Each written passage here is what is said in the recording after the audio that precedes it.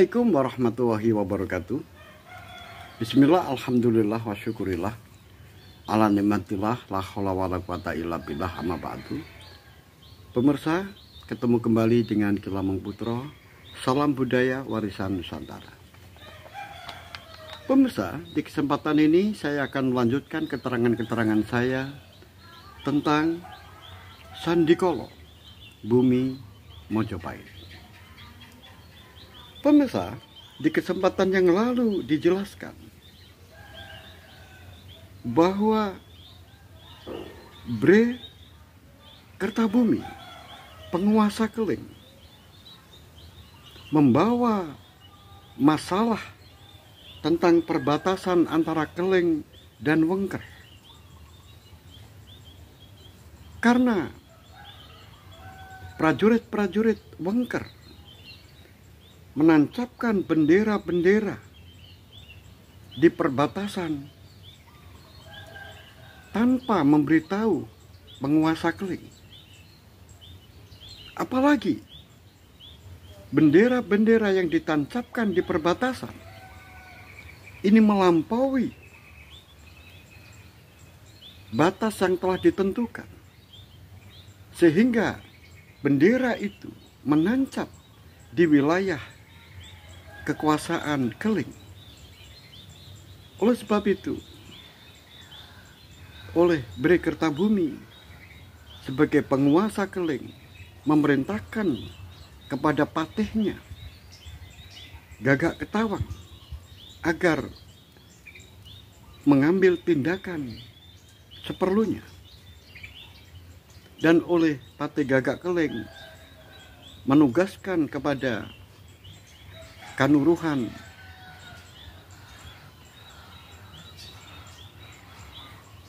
dan seorang Rakrian, yang mana dua orang ini ditugaskan agar meneliti, dan setelah itu membawa pasukan, tetapi dengan catatan diupayakan jangan sampai terjadi pertempuran. Bicara baik-baik, tetapi apabila sudah tidak bisa diingatkan, maka apa boleh buat? Kewibawaan Keling harus dijaga. Pemirsa dimanapun Anda berada, ternyata pertempuran antara Wengker dan Keling ini sudah tidak bisa dihindari akibat kesalahpahaman tentang perbatasan, dan jatuh korban di kedua belah pihak. Bahkan Senopati Wengker gugur di tangan Senopati Haryobanga, dan akhirnya wakil dari Senopati Wengker dibawa ke Keling dan kemudian diajukan ke raja di kerajaan Mojopahit. Tetapi sayang, saat Bre Kertabumi meminta keadilan tentang peristiwa pertempuran di perbatasan Wengker dan Keling, ternyata Raja Mojopahit yang baru, Prabu Mojopahit, yang dulunya berasal dari Wengker, Raden Girisa Wardana Dyah Surya Wikrama, ternyata setelah permasalahan itu diajukan, justru permasalahan itu tidak ditangani sendiri, tetapi dilimpahkan kepada Darmadiaksa. Oleh Darmadiaksa kemudian dilimpahkan kepada para pemimpin agama. Kemudian oleh pemimpin agama dikatakan bahwa permasalahan perbatasan itu. Kemudian prajurit-prajurit Wengker yang harus mengadili adalah penguasa Wengker. Tetapi saat itu penguasa Wengker belum diangkat. Belum ada yang ditunjuk sebagai penguasa Wengker. Raden Girisawardana yang dahulu sebagai penguasa Wengker, yang sekarang menjabat sebagai Raja Mojopahit, belum mengangkat penggantinya. Nah, rupa-rupanya Bre Kertabumi melihat gelagat Raja Raden Girisawardana Dyasorya Wikrama ini seakan-akan berusaha untuk cuci tangan, berusaha untuk lepas tanggung jawab. Oleh sebab itu, Bre Kertabumi kemudian mengusulkan, karena orang-orang itu melakukan kerusuhan ada di wilayah Keling. Oleh sebab itu, diusulkan yang mengadili adalah penguasa Keling, yaitu dirinya sendiri, Bre Kertabumi. Usul itu diterima oleh raja, dan di hadapan raja dan di hadapan para pembesar Majapahit, kemudian Raden Bre Kertabumi membebaskan wakil senopati Wengker dan memerintahkan kepada Patih Keling agar memberikan santunan kepada korban-korban peperangan, baik itu yang luka-luka maupun keluarga dari prajurit-prajurit yang gugur. Pemirsa dimanapun Anda berada, ini merupakan sebuah kejutan yang sangat besar, yang sangat mengagetkan para pembesar yang ada di Mojopahit. Karena efeknya adalah seakan-akan Bre Kertabumi ini menunjukkan betapa lemahnya Raja Mojopahit mengadili permasalahan yang sekecil itu saja. Seakan-akan ragu-ragu, bahkan boleh dikatakan tidak mampu, sehingga keadilan dan ketegasan dari raja yang baru ini seakan-akan diragukan, sehingga para pembesar Majapahit saat itu pecah menjadi dua. Pembesar-pembesar yang membenarkan, salut, kagum terhadap Raden Bre Kertabumi, tapi ada juga yang masih tetap mendukung Raja Mojopahit yang baru.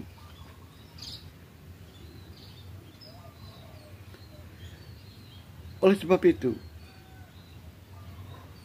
dukungan-dukungan Bre Kertabumi mengalir utamanya dari Mataram, dari Pamotan,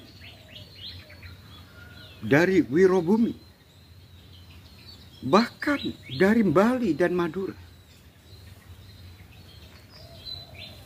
Tetapi oleh Raden Bre Kertabumi, permasalahan ini hanya sebagai catatan, tidak dilanjutkan. Dan cukup Raden Bre Kertabumi memberikan image, memberikan citra bahwa raja yang baru ini raja yang lemah, raja yang tidak memiliki ketegasan. Itu bagi Raden Bre Kertabumi sudah cukup. Pemirsa dimanapun Anda berada. Kemudian Raden Bre Kertabumi kembali ke Keling. Untuk menenangkan pikiran,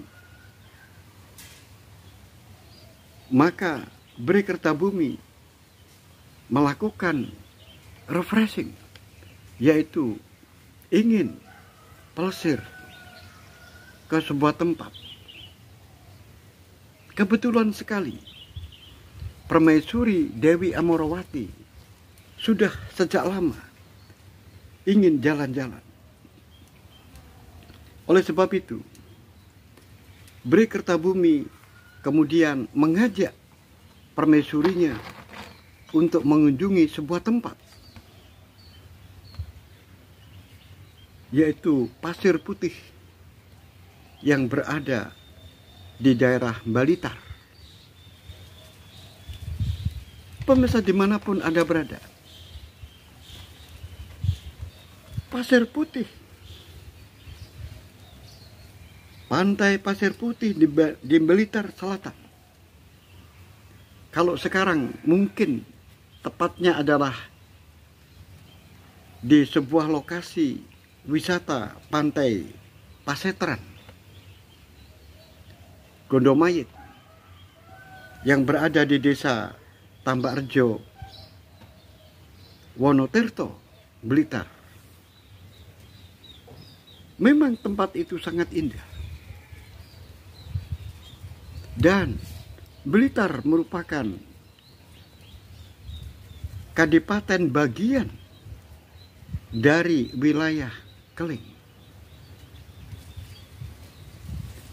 Di sebelah timur dari Kadipaten Blitar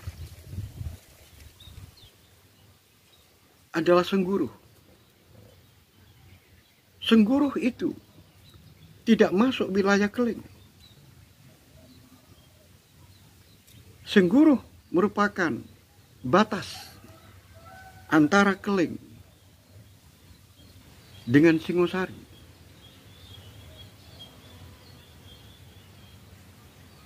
Oleh sebab itu, Sengguruh termasuk wilayah Tumapel atau wilayah Singosari. Kemudian di bagian barat ada yang disebut dengan wilayah Kalangbrit atau Kalang Abrit. Kalau Kalang Abrit itu, kalau sekarang dimungkinkan di daerah Kauman. Kalangbrit wilayah Tulungagung. Tetapi Kalangbrit ini tidak masuk di dalam wilayah Kerajaan Keling. Kalangbrit ini sudah masuk wilayah Doho. Merupakan perbatasan Keling. Pemirsa dimanapun Anda berada, akhirnya iring-iringan panji-panji Keling Dwi Rodo Rojo berkibar mengiringi barisan-barisan para prajurit dan kereta-kereta, yang mana di dalam kereta itu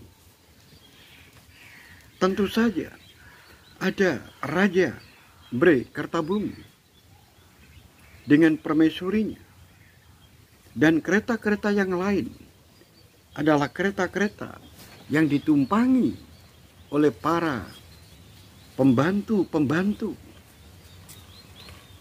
dari permaisuri.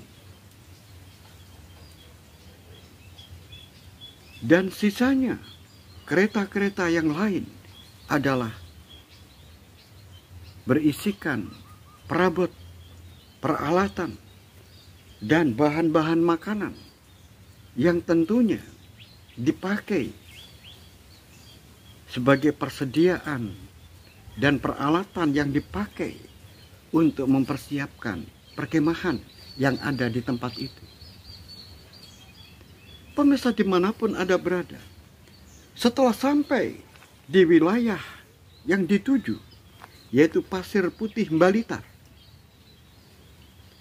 sungguh Dewi Amorowati, sang permaisuri ini, sangat-sangat suka tempat itu. Karena alamnya begitu indah, lautnya begitu tenang, langit membiru, pohon-pohon yang ada di sekitarnya, tempatnya sangat sejuk karena banyak pohon-pohon besar yang ada di situ.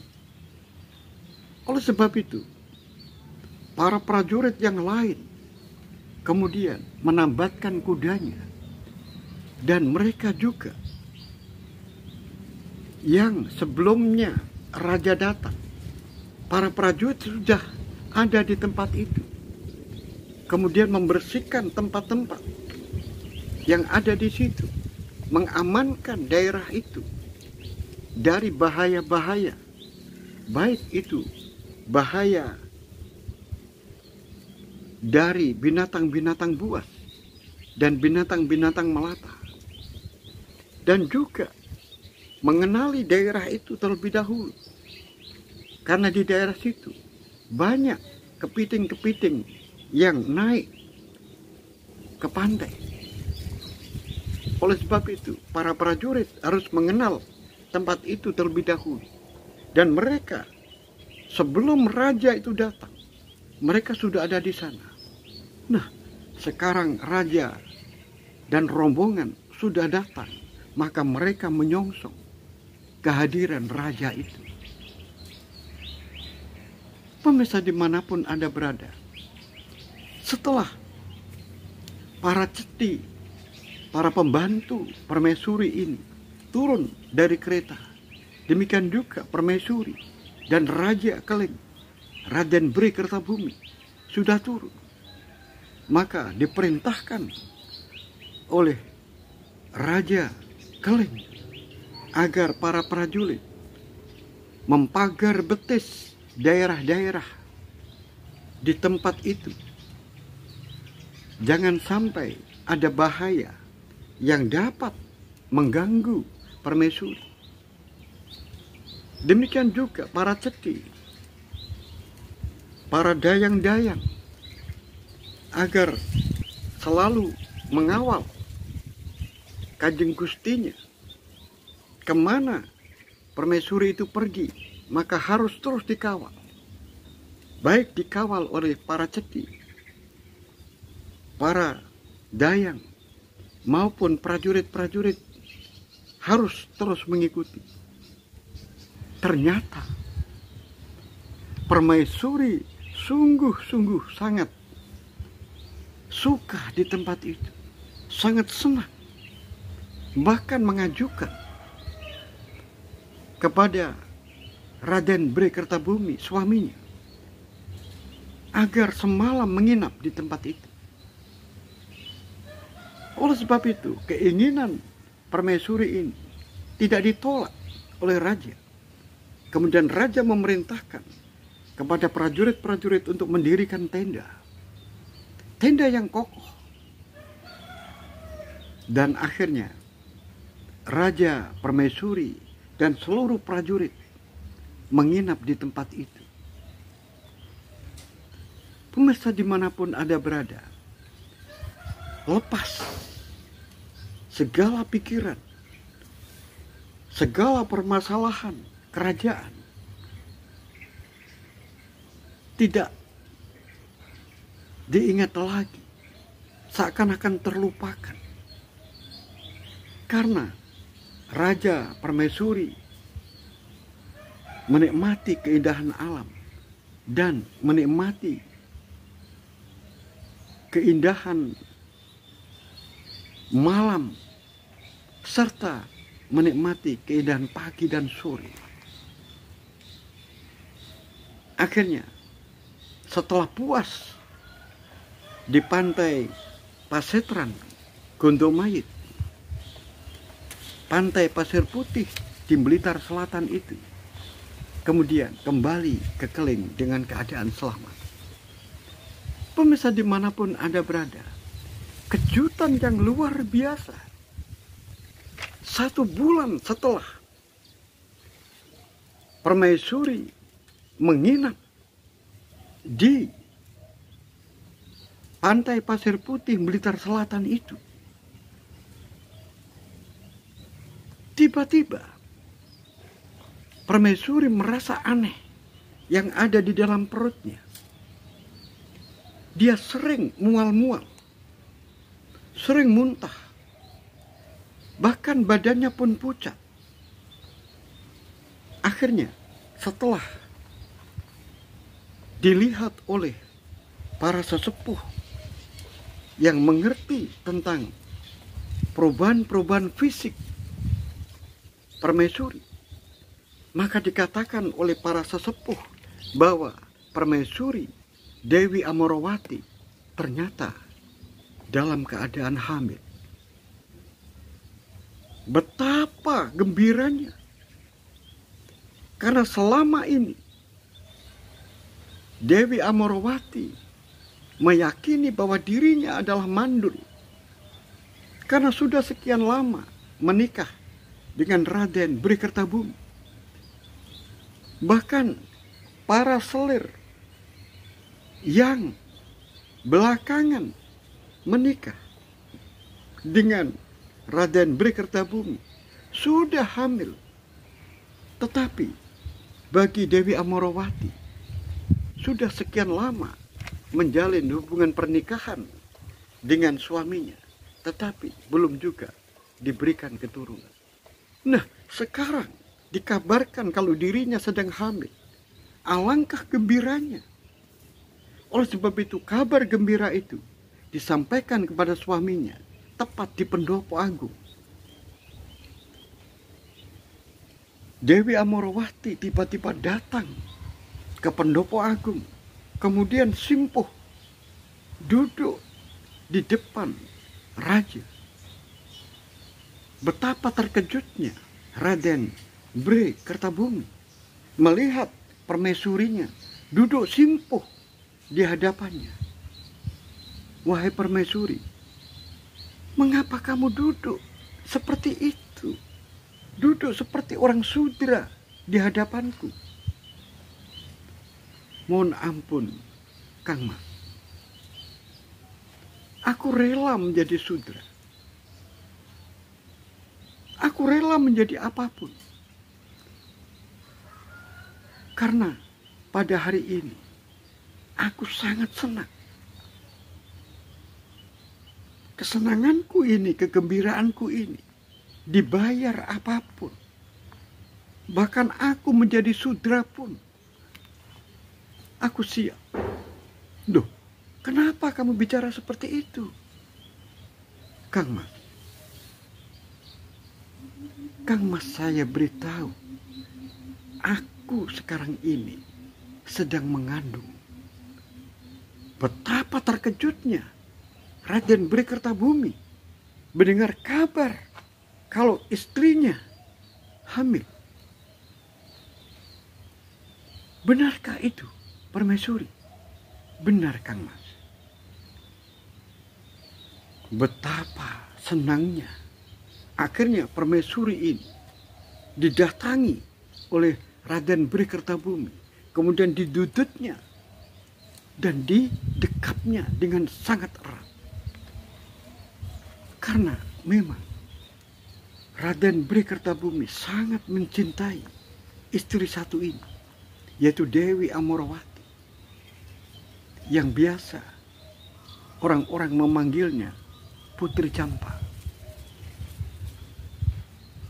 Akhirnya Raden Bri Kertabumi mengatakan kepada permaisuri untuk memperingati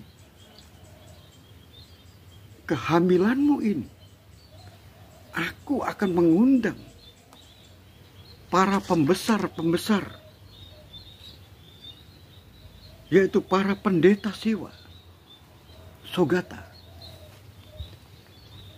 para resi, dan para guru-guru, serta para ajar. Mereka semuanya akan saya undang ke sini untuk memberikan doa atas kehamilanmu ini. Terima kasih Kang Mas. Tetapi ada satu yang belum disebut oleh Kang Mas. Apa itu? Kang Mas lupa kamu punya keponakan yang ada di Surabaya. Keponakanku adalah keponakan Kang Mas juga kan? Oh iya, Rahmat. Benar. Rahmat harus diundang ke sini bersama murid-muridnya agar juga memberikan doa kepada kehamilan saya ini, dan juga para guru-guru agama Islam yang ada di sana juga harus diundang ke sini untuk memberikan doa di dalam kehamilan saya ini, Kang Mas. Baiklah, jangan khawatir. Jangan khawatir, Permaisuri. Semuanya akan saya undang. Pemirsa dimanapun Anda berada, begitulah gambaran kesenangan, kegembiraan, kebahagiaan yang ditujukan atas kehamilan Permaisuri, yaitu Dewi Amorawati. Karena Dewi Amorawati ini adalah permaisuri satu-satunya yang memeluk agama Islam. Dengan sendirinya, tentu saja Dewi Amorawati juga ingin mendapatkan doa-doa dari para sesepuh yang sudah memeluk agama Islam. Misalnya Syekh Bentong yang ada di Tandes, dan juga keponakannya yaitu Syekh Ali Rahmatullah atau disebut dengan Sunan Ampel. Pemirsa dimanapun Anda berada, kehamilan Dewi Amorawati ini rupa-rupanya bersamaan dengan kehamilan Dewi Siubanci, yaitu istri dari Bri Kertabumi yang dulu dibuang ke Palembang. Sedangkan kehamilan yang saat itu, pada saat Siubanci diantarkan oleh Patih Gagak Ketawang dan rombongan dari Keling menuju ke Palembang, yang diserahkan kepada Raden Haryodamar atau Swan Liong, itu sudah lahir, bahkan sudah anaknya sekarang kurang lebih umur 1 tahun, karena pada saat itu baru bisa terantanan. Nah, ibunya sekarang hamil dari pernikahannya antara Raden Haryodamar dengan Siubanci. Sedangkan bayi yang sudah dilahirkan itu adalah hasil pernikahan antara Siubanci dengan Raden Bri Kertabumi. Tetapi ada yang lupa, karena pada saat itu Patih Gagak Ketawang yang dititipi sebuah nama yang harus disampaikan kepada Raden Haryodamar, rupa-rupanya lupa. Raden Bhre Kertabumi pada saat itu, apabila bayi itu nanti lahir laki-laki, agar diberikan nama Noro Prakoso. Noro itu artinya adalah seseorang. Prakoso artinya perkasa. Itu adalah kalau lahir laki-laki. Tetapi kalau lahir perempuan, maka diserahkan nama itu kepada Raden Haryodamar. Nah, rupa-rupanya Patih Gagak Ketawang lupa dititipi sebuah nama itu, sehingga nama itu tidak pernah tersampaikan kepada Raden Haryodamar. Oleh sebab itu, anak yang lahir hasil pernikahan Bhre Kertabumi dengan Siu Banci ini, atau yang sekarang disebut dengan Dewi Kian,